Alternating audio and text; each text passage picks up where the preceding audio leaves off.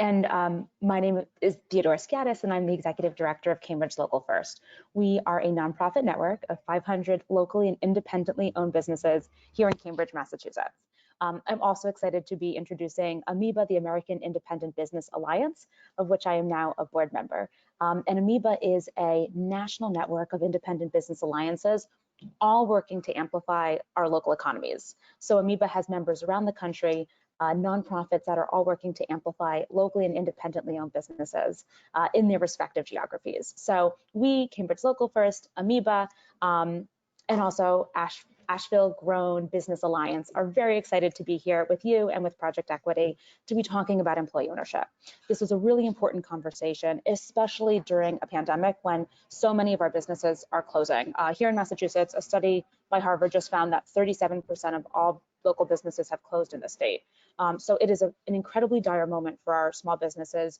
Every day we learn of new closures, and there are ways to circumvent this. One of the best solutions is employee ownership. So there is no greater time to be having this conversation than right now. So Alison and Miyaka, we are very excited to be here with you both. Thank you for taking the time to speak with us, and all of the businesses that are here and will be coming over the next hour. We are very happy to be having this conversation. Wonderful. Thank you so much, Theo. And thank you again to AMIBA, American Independent Business Alliance, with your hundreds of member organizations, to you, Theo, at Cambridge Local First, and to Asheville Grown Business Alliance.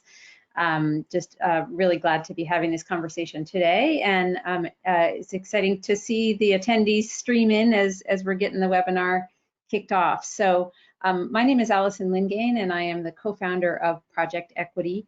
I'm going to just show you briefly what our agenda is for the webinar today.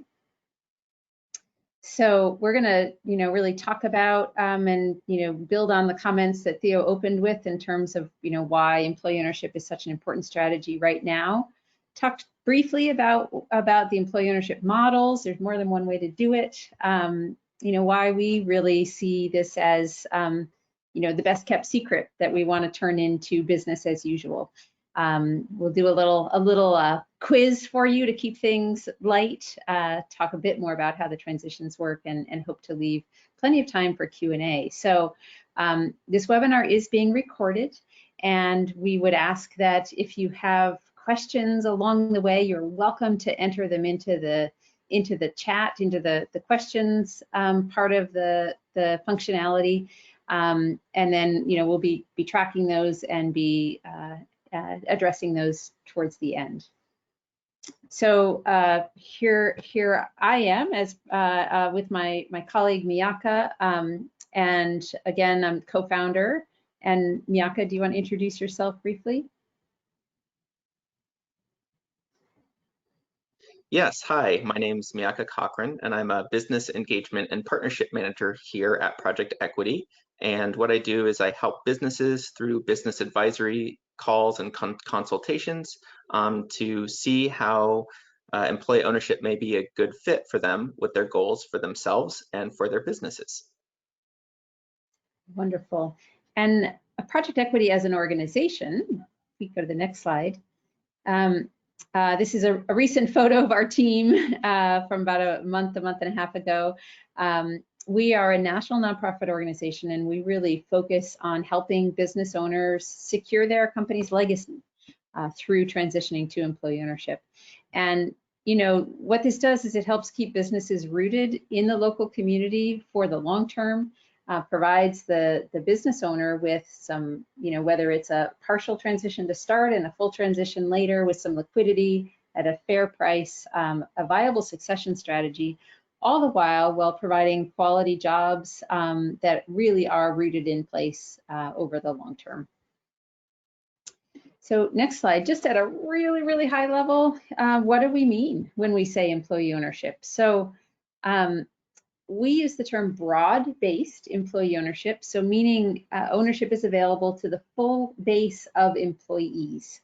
And this is a business structure that is proven, but most people don't know much about it. And stock options really are the most common form of ownership. They're usually, tech companies, they're very, very common. People are granted options that they then need to purchase later. But often those are only available to management or the more higher paid folks in the company.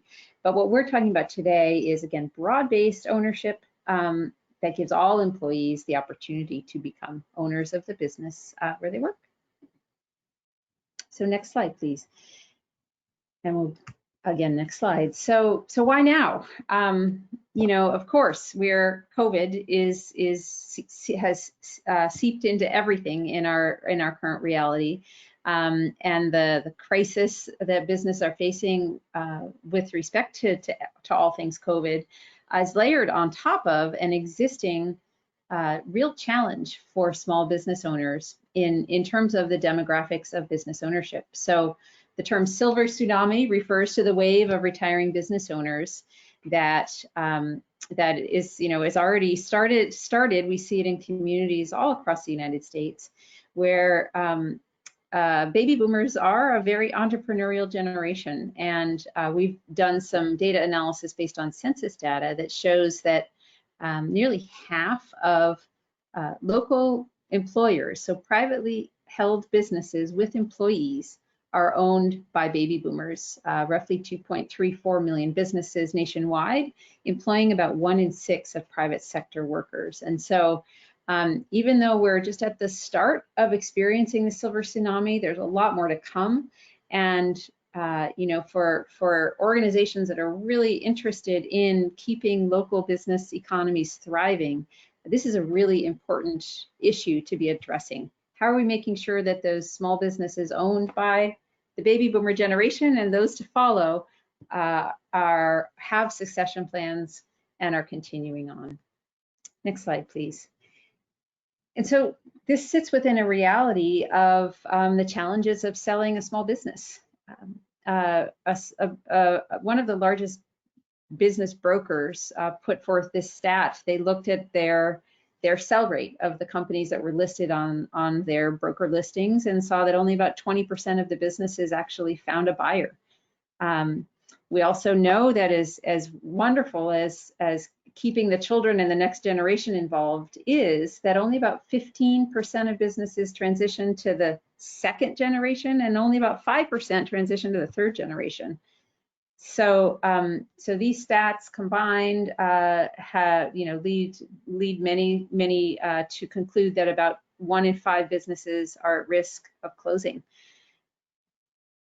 And then when we look at the employees in our businesses, we know, and you know, COVID has really shined a light on this. You know, we didn't call our frontline workers essential until COVID, though. As business owners and business and organizations that support small businesses, we know that those employees are absolutely essential. But the lack of economic security for most frontline workers is a real issue. So many of us have heard the statistics that nearly half of U.S. families couldn't manage to cover a $400 emergency expense. So that, you know, has families living on the edge. And then we've got, you know, many fast-growing occupations in the United States that are not family supporting wages. And then we've got the effects, of course, short-term and projecting into the long-term of unemployment as a result of COVID.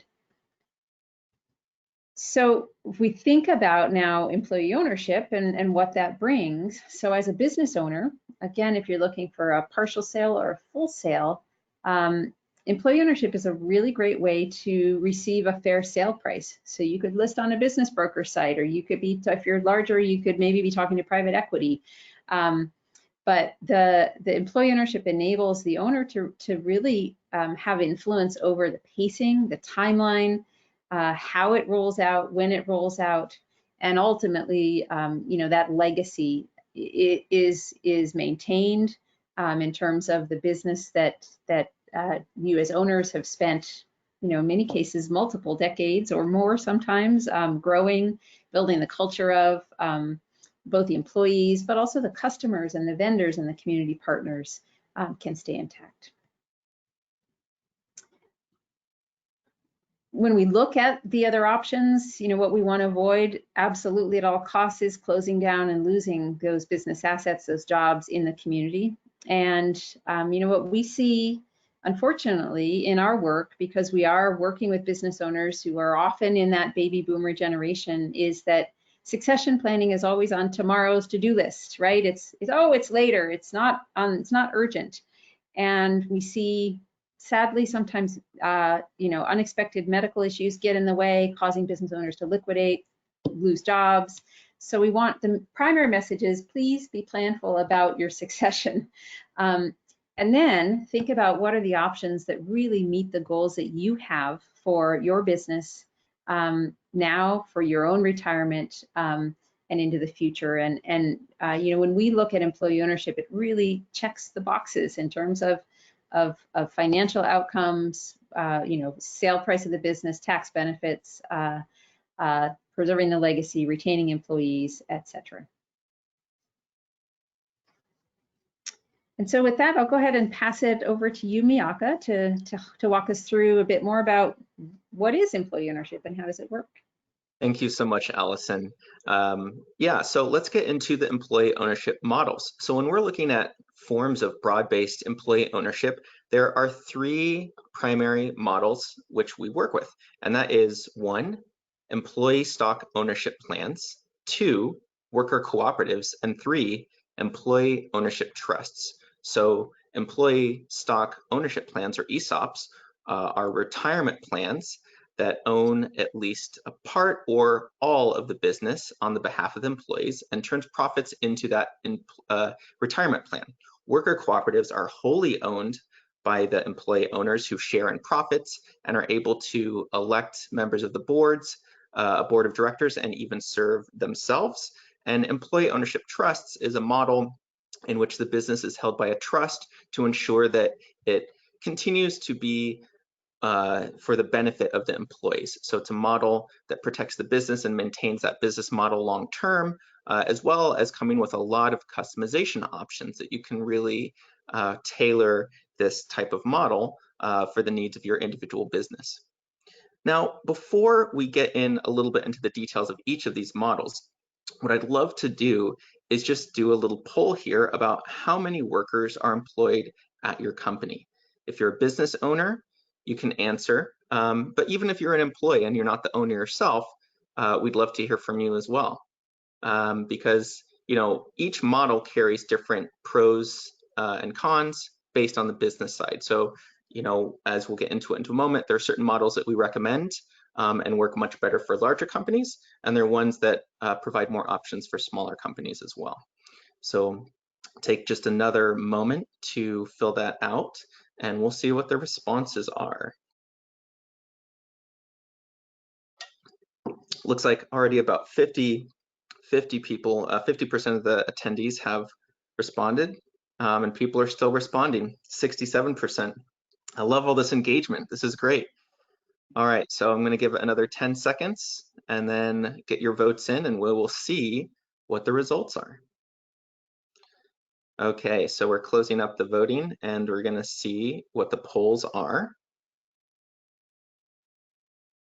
Okay, and looks like for this audience, about 37% have less than 10 employees. The next largest is over 40 employees, and then with a good chunk in between as well. That's really good to know. So there's a lot of different options here, and this is a great way to first start with the bigger ones. So ESOPs, the employee stock ownership plan. This is the high cost, high reward option for large businesses. We recommend them generally for companies with 40 plus employees. And that's because there's a higher cost for setup and also ongoing administrative fees, which come along with this. And the reason for that is because they're actually qualified retirement plans, similar to a 401k. And in fact, they're actually governed by the same body federally that governs the 401ks as well. These models come with a lot of benefits in terms of tax relief for the company. It's tax positive for the selling owner, and it's free to employees. And, oh, whoops, thank you. Someone just just informed me that I still had the poll results up. Okay, here we go. Thank you. So let me just kind of cover this real quickly. Again, ESOPs, we want 40 plus employees is what we're looking at here, because of the ongoing costs of running an ESOP administratively, as well as the setup cost. But the profits of the ESOP, whether the entire company is an ESOP or the owner has chosen to sell a portion of the business, let's say 40%, to create an ESOP, the profits from that ESOP are put into the retirement plan that is ran by a trust for the benefit of the employees as beneficiaries. So that's a really great option for large companies. Now, worker-owned cooperatives. Worker-owned cooperatives are very popular. They're 100% employee-owned, and they are less expensive to set up. They're democratically governed, and what that means is not that every employee is going to vote on everything. We don't, if you have to vote on what color coffee mugs you're going to get as a company, and every employee has to vote, that necessarily doesn't work. But what it is that each employee has a vote, each employee owner has a vote, and they're able to use that vote to elect board members and even have the option themselves to elect board. That board is going to govern the cooperative and work collaboratively and with the management in place, and that management is then going to oversee operations. And so it's a very positive structure that creates a way for worker owners to have their voices heard on a governance level and ensure that they have influence over that while maintaining a good structure that's going to continue the success of the business. This is a great option because it's very equitable. Employees are able to participate in profit sharing through patronage that's paid out generally annually at the end of the year. And there's tax benefits as a part of these as well, which help enable the worker-owned cooperative to be more competitive in the market by having increased profit margins. Now, employee ownership trusts, or a perpetual trust, exists to ensure that the business continues to be for the benefit of the employees. So it protects the business from being able to be acquired in the future and has a great deal of flexibility in terms of how it's designed. So there's built-in profit sharing that can be done very similarly to a cooperative. It's free to the employees, and the employees will be the beneficiaries, and the ownership of it is actually held by a trust to ensure that the employees are benefiting from the profits of the business. Now, the downside, the other side of the coin, as it were, for that flexibility and customization is that there are few, if any, tax advantages. So this is a very unique model that is actually much more prominent in Europe than the United States, although it's gaining more traction here because of the flexible nature of the model. But it can be a great way to meet very specific needs with your company. Now, here are some of the best kept secrets of employee ownership. So a lot of employee ownership and a lot of the awareness of it is around it's so great for the employees, and that's very true. But some of the less known points that are very valuable are the impact on the business itself. For example, according to a study with Democracy at Work Institute, the profit margins on average of an employee-owned business are 8.5% higher than the peers. Increased profit margin creates a way to have more competitive footprint in the space and in the region, and provides opportunity for more investment in the business and more profit sharing with employees. In addition to that, sales and employment grows faster year over year. This really allows these businesses to be great job creators in the community. And for the business, it's valuable for the business and the employees as well, is fewer layoffs. So fewer layoffs means higher retention, and it's making sure that those experts and those key employees and everyone who's helping to make this business successful are able to stick around and be rewarded for their efforts in bringing success to the overall business. I want to give a couple examples, a couple of success stories. So one example is California Solar Electric Company. Now this is a great solar company, and they are up in Nevada County here in California, and they actually completed a transition which we helped them with last year. Now this year, with with what happened with COVID-19 and everything, unfortunately a lot of their work had to stop, and the employees were furloughed, which was the case with a lot of employees at a lot of companies nationwide. Now, it's an interesting situation. So these are not only employees, but they are employee owners. So these employee owners who were furloughed, not able to work, they were still employee owners and still were getting the benefits, health insurance, etc.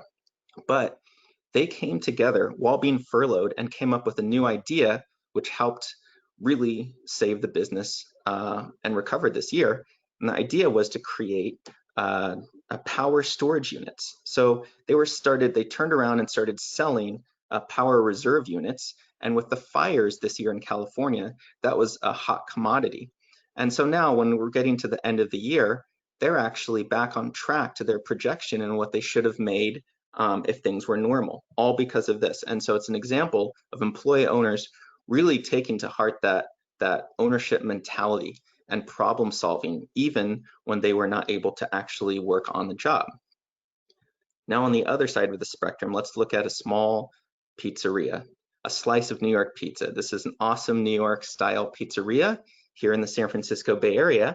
And it's in the South Bay, the San Jose, Santa Clara, and Sunnyvale areas, which for those of you who are familiar with the area, that's Silicon Valley. It's where Google and Facebook and all these big tech companies are.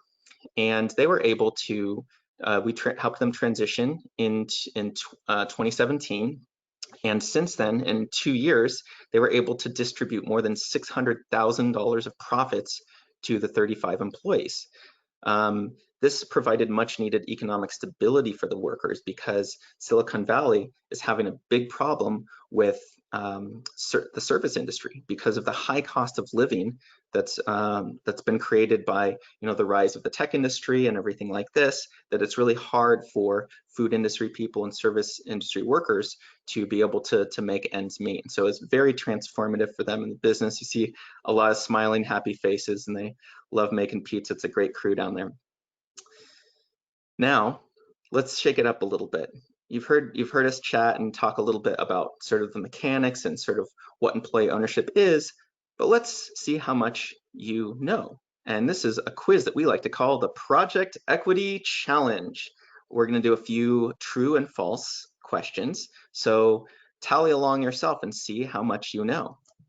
All right, question 1. True or false? Selling to employees requires accepting a lower selling price. That's a good question and one that we get often. The answer is false. A fair sales price is established by a debt capacity. We do this as an analysis to ensure that the business has the best chance it can to succeed in the future and that the owner is getting fairly compensated for the work that they've put into building the business so far. Question 2, true or false? Employees are going to have to foot the bill. Are the employees going to have to pay out of pocket to purchase this business? True or false? The answer is false. Employees are not obligated to finance the transaction. Usually they're completed through a leveraged buyout. So the new entity is actually taking out a loan and paying that back out of future profits. Now, question 3. We have true or false. Owners can remain involved in strategic direction after they sell. Is that true? Is that false? That is absolutely true. Selling owners have a lot of different options. A selling owner can stay with the company and stay in their same exact role if they would like. They also have the opportunity to maybe take a shift and take that as an opportunity to share the burden of management or ownership a little bit and get some work-life balance while still remaining in a leadership position or a strategic position with the company. And if they exit completely, there's an opportunity that they could join that board of directors as well and still be available for guidance. Question 4, true or false? All employees will be managing the business equally. This is a question that comes up, and the answer to that is absolutely false. So management would be in place to ensure a robust operational structure. There's a lot of options that you can implement with employee ownership, but democratic governance doesn't mean that everyone is going to be voting on everything. Simply like my example previously of the cups. If everyone votes on whether you want to have a red coffee mug or a blue coffee mug in the break room, and down to that decision, it can really slow things down. So it's good to have a good management and structure. And there's opportunities to develop things like participatory management and other ways to include broader employee engagement in management activities, but employees will not be managing the business equally. Now, how did you do? Did you get them all right? Did you get a few? Be curious to know. Maybe we can, someone can let me know in the Q&A section. So now that we've covered a little bit of the misconceptions and sort of common themes here, I want to talk a little bit about actually what an employee transition is, right? So maybe you're sitting here and saying, oh, this all sounds great, but how does this actually work? Well, the sale of a business or its shares of stocks are essentially sold to a new entity with employees as owners. And the purchase of the old entity by the new entity can be financed by taking out a loan and repaid through future profits. So essentially, you're taking the same business, you're establishing a new employee-owned entity, and that new entity is buying out the old business so that you as the owner are getting paid for that transaction, and the business itself is able to carry on that name, operation, and everything that comes with it. Now, most transition businesses maintain the same executives or management, but if you as the owner are looking to exit, then that's something that can be done as a part of the planning for this, is how to actually do a management transition. So functionally, what we're looking at here, just to review with some fun little graphics here, is a sale price and deal terms are finalized. The transition business that's employee owned obtains a loan, and that loan is paid off over time through future revenue. Simple as that. Now, where does the financing come from? Well, we do this in a couple of different ways, and there are a lot of different options and financing scenarios possible, but most commonly, we do it as a mixture with bank lending or from a financial institution like a community development fund. And let's say a bank takes between, let's say 60%, right? So they're financing 60%, and then the owner can participate in the financing. And let's say they take 40% in the form of a seller's note. What that means is that at the time of sale, the bank is going to pay the owner that 60% that they've financed, and then the owner is agreeing to take that 40% as future payments over the course of, let's say, 5 to 8 years on average over time, including the interest on that. So it's both a way for the owner themselves to extract more money in the end out of the transaction by participating in the financing and getting the interest on that, as well as being able to get some at the beginning. But there's a whole broad spectrum of options here. This is just what's most common. And then in a cooperative scenario, there is a nominal buy-in from the employee owner base, and it can be anywhere from a couple $100 to a few $1,000s, depending on what's best for the business. And that can even come out of future paychecks as well, so it doesn't have to come directly out of pocket. Now with that, I would love to pass it back to Alison, because we have a really great program called Accelerate Employee Ownership that deals with some of the financing. So Alison, would you talk a little bit about Accelerate Employee Ownership? Absolutely. Thank you, Miyaka. Yeah, so as an organization, we recognize that especially for the non-ESOP forms of employee ownership, that the transaction financing can sometimes be challenging to get. You can imagine you walk into your local bank and they're not used to financing businesses with 10, 20, 50 owners, and they're used to having one owner sign the documents, and they kind of look at you funny and say, well, I'm not really sure how to approach this. And so we formed a strategic partnership and launched a joint initiative with a national community development financial institution, which is a federally regulated financial institution that's called Shared Capital.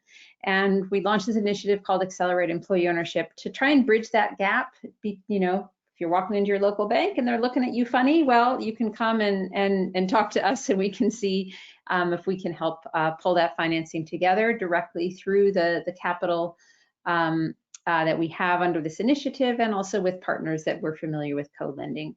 So really the goal here of this initiative is to make sure that transaction financing doesn't get in the way of making employee ownership transitions come to life. Great, thank you so much, Alison.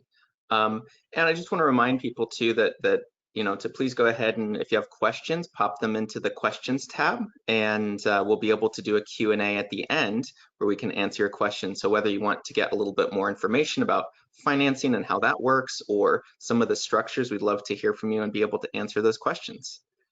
Now, how do the transitions actually work? So we got into the financing part. Let's get into the nuts and bolts of the other pieces that we work on. So this is our transition process. What we do is we start with exploration. We're here to really, demonstrate and replicate the success of employee-owned businesses. And one of the ways we do that is to make sure that people are first having this on the menu and looking at this in terms of, how it may fit their goals and the needs of the business. And we do that through our exploration phase. And so we do free consultations and business advisory calls, which I've actually reserved some time today and tomorrow. So if anybody wants to pop on a call, whether you're just curious and you want some information or want to ask questions, or you're very serious and you're really ready to get some honest feedback and an estimation in terms of how viable your business will be, happy to do that for you. So that's our exploration phase. Then at the point where you are ready and we feel that your business and the situation is viable, we can enter into a feasibility assessment. So this is a 3 to 4 month deep dive that covers really 3 pillars. We do the finance piece, where we actually do the debt capacity analysis to come up with a range of selling prices based on different financing scenarios. We also cover management transition. Are there any needs there? Are you as an owner, do you want to get sort of a change in the way that you are managing, or maybe bring other people in? Are you exiting? Do we need to replace you? All those things. And then last is employee engagement too. So doing that initial engagement with employees and collecting feedback, engaging interest to find who would be a good group of sort of the founding employee owners within your business that can help be a part of the later process of the transition. At that point, at the end, you get a nice sort of picture of what this would look like, and then we move into the transition when you're ready. So you don't have to start right away.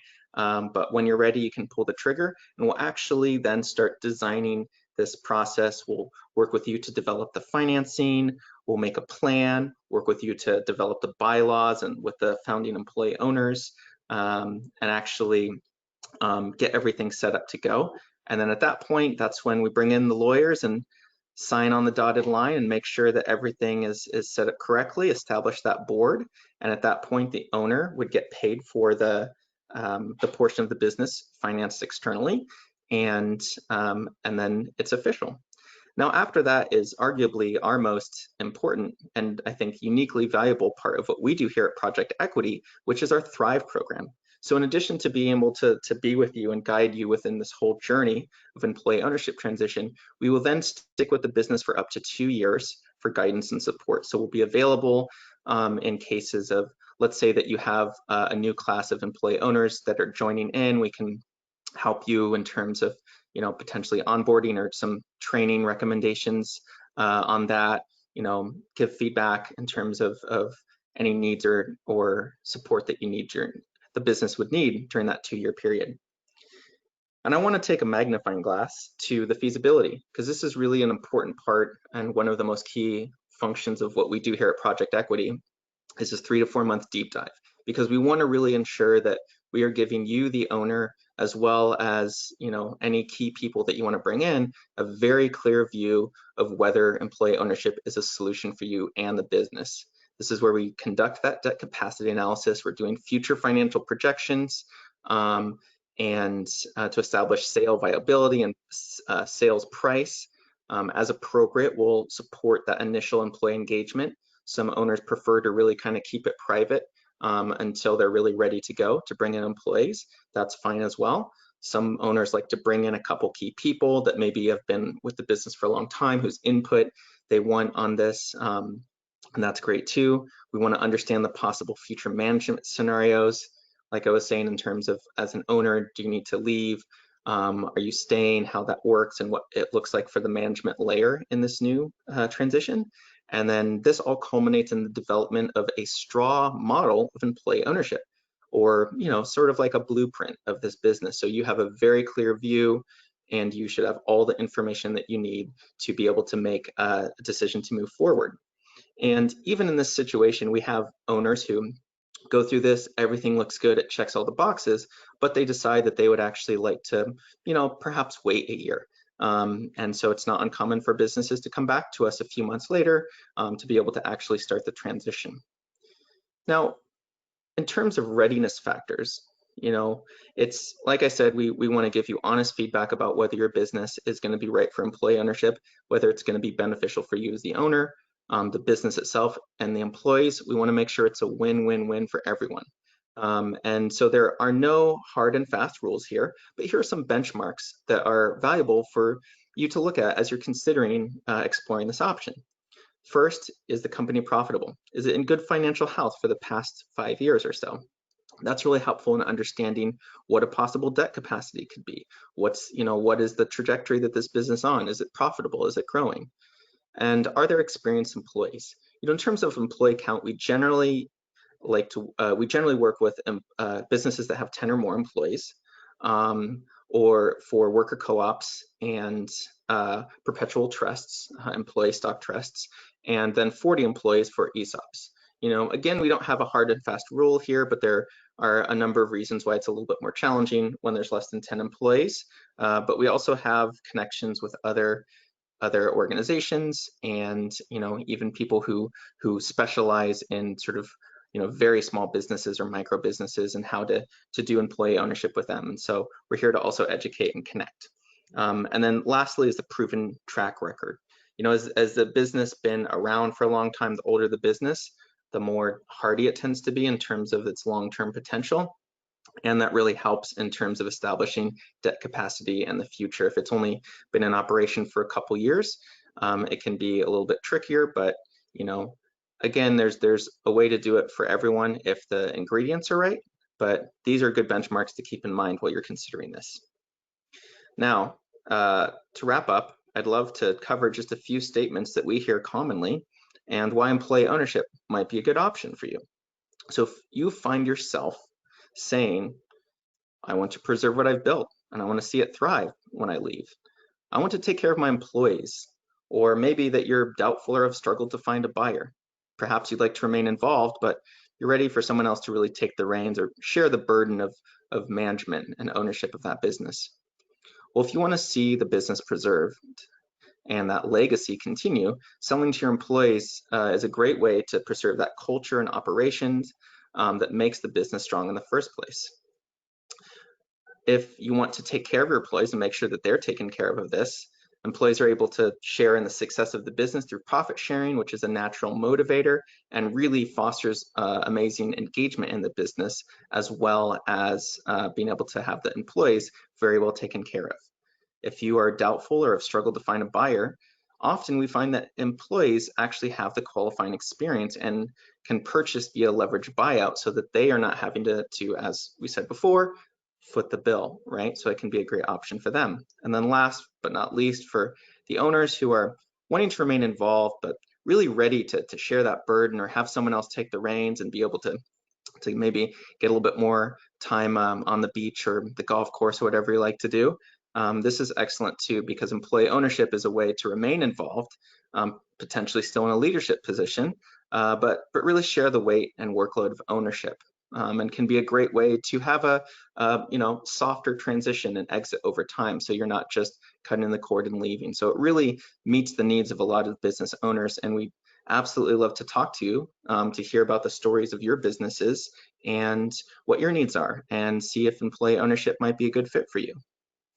And how we do that is offering our free business advisory calls. And you can sign up. We have a web form online, and you can just go to project-equity.org. And this is for everyone from the curious to the serious. So whether you're just wanting to explore and have some questions and want to understand this more, or you've already decided, yeah, this is great, I'd love to be able to see if this is viable, we can help you in either scenario. And just a last reminder too is that I shared a unique link because I have some reserved time both this afternoon and tomorrow for anybody who would like to hop on the call with me and we can chat. And I'd love to hear your thoughts both on the webinar, see if you have any additional questions, and help you in exploring this option. So thank you very much. So with that being said, it's time to move now to the questions and discussion portion. I'll turn the camera back on so you can see me again. Hello, and thank you all for attending. I also want to thank all of our partners here who've helped supported us. I see Derek Pebbles has also joined from AMIBA, and so let me first open it up and introduce Jim Caponegro, who's been in the background responding to chats, and he's also been taking a look at the questions. So Jim, would you like to take the mic here and kick off our Q&A? Yeah, we have a lot of good questions here today. Jacqueline asks, what has been some of the challenges in transitioning to employee ownership? Yeah, that's a really good question. So I'll take that one. We see challenges in a couple different ways, right? And it's really unique to the individual company. So one of the challenges can be that an owner just is so enmeshed with the operations of their business, they can't see a possible future with them without it. That can be a challenge, right? And so it's one of the reasons why we do things such as the feasibility phase and this exploration before just jumping into it, is because we want to make sure that we explore, okay, how do we do this? Maybe it's a matter of laying out a 1-year timeline and starting to slowly train people up and do some preparation to be able to do that. But also we see owners who take that as an opportunity to go ahead and do the transition, remain involved, and do it with an eventual goal of exiting. The other, I would say, in terms of challenges are, having employees that just are not interested in engagement. If you're looking at a cooperative, the job is not going to itself change functionally. However, but they will have this vote and be able to vote on board seats and elect the board. And if nobody's interested in that, that can be a challenge. But interestingly enough, although we see it's very common when you bring this up with employees as an option, that there's a lot of feedback or doubt in it. And that's natural. And if anything, it's good, because if people are already thinking about the reasons why it wouldn't work, that shows a level of engagement and critical thinking within the business as a whole that actually would make them great candidates for employee owners. But with all of the work we've done, we haven't gotten to, I believe, a single scenario in which the employees, after some information and some education about what employee ownership is and how it actually works, employees who haven't turned around and said, oh, actually, this is really great, and I definitely see the value and how it can be functional. So that's an example of a couple different challenges in the discussion. And I would say, lastly, just if the company isn't profitable, that's one of the biggest challenges, because the profit needs to be there to be able to benefit the employees. And if the employees are taking over a business that's not profitable, that puts a lot of strain on them, and it's not necessarily a great start to this, right?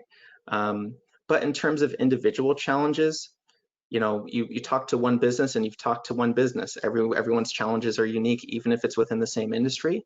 And so we do a lot of work in our business advisories, just trying to understand those challenges and be a good measuring stick to say, yes, this could overcome that, or no, and be honest when it's not going to be a good fit. A follow-up question to that is, Michael asks, based on our experience, what can go wrong or what has gone wrong in a transition? Okay, based on our experience, what can go wrong or has gone wrong? Well, I think that one of the key points about this is that this requires, participation from the owner. The owner's not going to just say, okay, like, we're going to hire Project Equity, you're going to take care of everything, and I'm just going to kick my feet up and watch the transaction happen. We need owners to be able to help guide the process and participate and be collaborative in this. And if there's anything that is not uncovered in our feasibility phase, let's say that the business has debt that was not reflected in the financials of the books, and then that comes up later. that's something that can go wrong. And so it's very important to be very honest, open, and forward in all of this, because we're here to help you and help the business and make sure everyone's taken care of. And so, you know, I think that's why to say when it goes wrong is when an owner is not necessarily being fully forthcoming or honest. That can cause challenges and make a transaction fail, right? The other would be is if the if you as the owner have a view of your business that you want this price and you have a non-negotiable price in mind. You know, we do our establishment of a debt capacity analysis, and actually I work with a wealth advisor that says, he has an adage, he says that on average within wealth advising, they see that business owners generally overvalue their business when they're just ballparking in their heads by about 26%. And he says, you know, if you build a $1 million ivory tower in the middle of your business, that doesn't mean your business is worth $1 million. It's really about the profitability. And so if, if you as the owner are in disagreement with the price, that can cause things to go wrong, but it's not unsolvable as well. You know, we have options for earnout where an owner can, negotiate as a part of this process to have an agreed price based on the debt capacity analysis, but negotiate for an earnout potential if the company continues to grow and to be able to participate in a portion of that profit. So, you know, really, if owners are amenable and we have a profitable business, there's not a lot that necessarily can go wrong. If the financial point is good, you have a core group of employees who's willing to collaborate with you, and you as an owner are, ready to put in some participation in this process, there's not a lot that can go wrong in that. I just want to add one point of emphasis. Thank you, Miyaka. That was super helpful. Which is, Miyaka talked about our Thrive program, which is the post-transaction, where we are still supporting the company 2 years after the formal transition to employee ownership. And we built that into our process purposefully, really thinking about these great questions about what can go wrong. Right? So we don't want to just disappear at the moment of the kind of new employee ownership structure being formed. In many ways, that's the starting point. So, we bring our expertise and our experience with many different employee-owned companies to bear to help support the transition in some important structural ways, and also in some very important cultural ways. So that the true magic of employee ownership comes together when you combine structure and culture. And that doesn't happen at a snap of the fingers. Yeah. To follow up on that, that's a great point. To follow up on that, Alison, Tim and Jacqueline asked questions that were similar. What's the average time for the process from start to finish, and what's the overall cost for employees? Yeah, so that's a very good question. I can answer that, sort of get into the nuts and bolts. So, for what we do, our feasibility assessment, which is that 3 to 4 month process, that costs $5,000 for a worker, a cooperative, or a perpetual trust. If you're doing an ESOP, there's an additional cost on that because ESOPs are much more complex and we have to bring in technical advisors, some lawyers and CPAs that have an hourly cost. And so, there's an additional cost associated with that. And then our transition for co-ops and perpetual trusts or employee stock trusts is on a sliding scale from between $18,000 to $40,000, depending on the profitability or EBITDA specifically of the business. And then the transition phase takes about 9 months. Some pieces can go faster.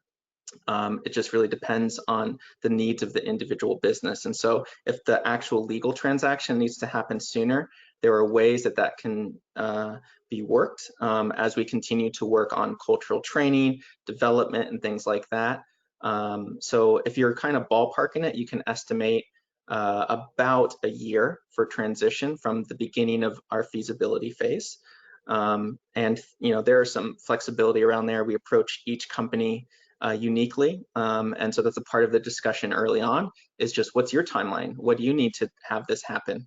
And how can we help support that and make that happen?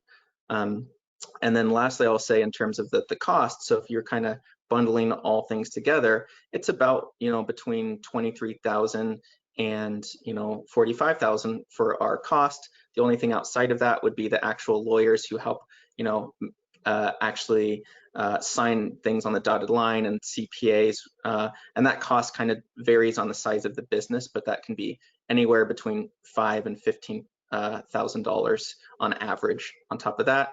And then ESOPs are a whole nother story. It's such a unique process each time that the cost of that greatly depends on the business. And so to really be able to give an answer on that, and I need to have conversations with the business to be able to actually help understand what the needs are, the size, and estimate what that may be. And I did see a question in the chat from David about specific to ESOP costs, and the just to take a little bit of a step back, as Miyaka talked through, ESOPs come with some tremendous and really valuable tax benefits. So if you're a company that is 40 employees or higher, it is really worth looking at the ESOPs if you're aligned with what an ESOP is and you're excited about that structure, because the benefits, there are benefits to both the seller as well as ultimately to the business. So an ESOP that is 100% S Corp ESOP does not pay any income tax. So the reason for that is a ESOP is a retirement plan, which is a like a 401k, like it's a tax-free entity. So if your business is owned 100% by a retirement plan, then it doesn't pay any income tax. And that's a true competitive advantage in the marketplace, and has real implications. There are a number of other, I won't spend the time going through one by one, but all of the tax benefits of ESOPs. But because of the tax benefits, the IRS and the Department of Labor and the entities that regulate these don't give away tax benefits without regulation. So there is more regulation, which increases the cost. And so for an ESOP, the calculation really is, are those amazing tax benefits are they gonna cost me less to get the amazing tax benefits, right? So what we talk about in terms of an ESOP is, sometimes people are like, oh, I got sticker shock when I found out sort of the total cost of setting up the ESOP. And if you compare it to the tax benefit, if the tax benefit isn't higher, you should walk away from it. But if the tax benefit is usually significantly outweighs the cost of both setting it up and ongoing. And then I will also add that it is possible, especially right now, I mean, we know that cash flow is, I like to say king and queen and emperor and everything else combined. Mm-hmm. Especially right now, it is possible to finance some or all of the setup costs, so that you aren't having to figure out how to write that check right now out of your bank account.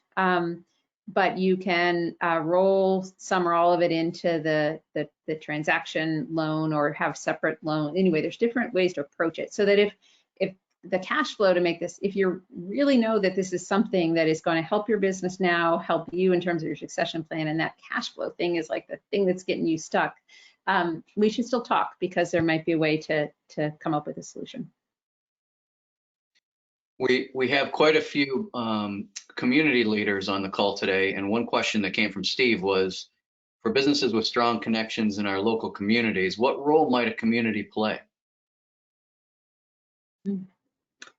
Yeah, and Steve, I noted that you were looking at DPO or other, other sort of, funding options. So direct public offering, for those of you who may or may not have heard about it, is the idea that you can go to your community and raise smaller dollar amounts. So, typically if you're asking for an investment in your business, you need to go to people who already have lots of money in order to invest large amounts of money. And there are ways to invest, to raise smaller dollar amounts, $1,000 a person, that kind of a thing. You have to, of course, do everything, get your security and regulations all like everything with your I's dotted and your T's crossed. But there's a wonderful example of a business called Real Pickles that is, they sell pickles, and they did exactly this. They went to their community and did a direct public offering and raised the financing to support the transition cost in, I believe it was, $1,000 or roughly $1,000 on a per person basis of investments from their community members. And so that was a cooperative transition, and it, for various reasons, it may be easier to do in a cooperative transition. There are also some states, such as California, which have specific in their regulations around the cooperative corporate entity that allow a certain number of shareholders to invest in that same way. So that's a possibility, especially for companies like a Real Pickles that have, they had a real consumer base who loved their products. So they sort of had a already built market of folks to go to and ask them to get involved in that way.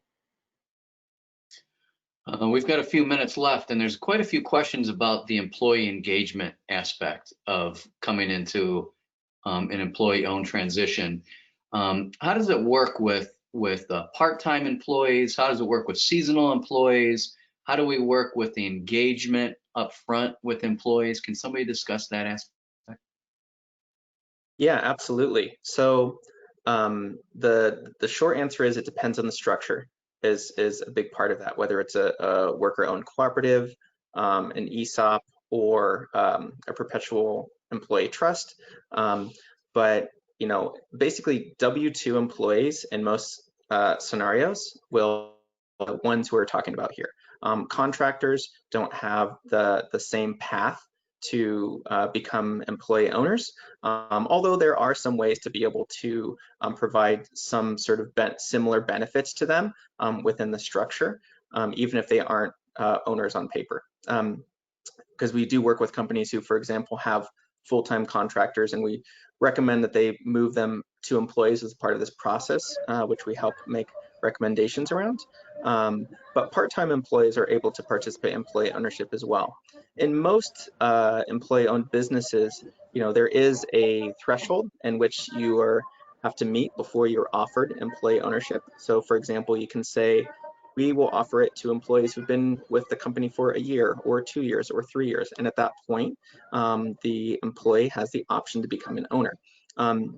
This is important because it helps kind of keep the administration down, because if you have employees who are coming going and they're owners immediately when they join and then they leave 3 months later, it starts to get messy, and it gives a good opportunity for the business and the employee to have a period of time to get to know each other, for the employee to say, yeah, I really like working here, and to learn the business. Because if they're going to become an employee owner, and regardless of their level of participation, whether they end up serving on the board or not, you want to have them generally be around enough to have a view of the business, so that as they are participating, that they are really have that knowledge and expertise from having been there for a period of time. And we only have about a minute and a half left. I was wondering if I could throw the floor over to Derek or Theo if they wanted to have any comments before we let everybody go into their day-to-day work. Thanks, Jim. I'll just add a couple of words. So, at AMIBA, the American Independent Business Alliance, we support about 60 independent business alliances across the country. And through those alliances, we represent about 40,000 locally owned businesses.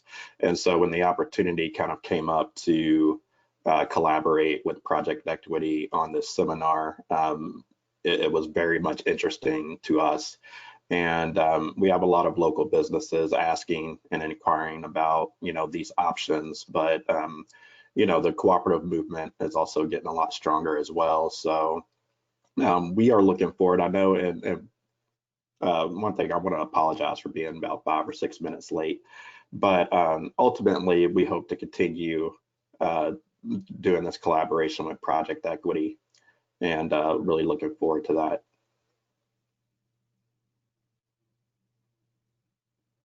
Wonderful. And just want to reiterate that. Oh, thank you so much for having us. It's been a really nice conversation. Yeah. Well, thank you to both Derek and Theo, and to Miyaka, to Jim, who's in the background, and to all of you for joining us today on this webinar. Really appreciate your engagement and your involvement and your terrific questions. And please do not hesitate to follow up with us. Projectequity.org is the website, and we look forward to continuing the conversation. Thank you very much. And I'll just note quickly that for the questions we didn't get answered, I'll reach out to you directly via email to answer your questions. And as I said, sign up for a call. Let's have a chat, and would love to discuss live as well. Okay, thanks so All right. much. Thank Bye, you. everybody.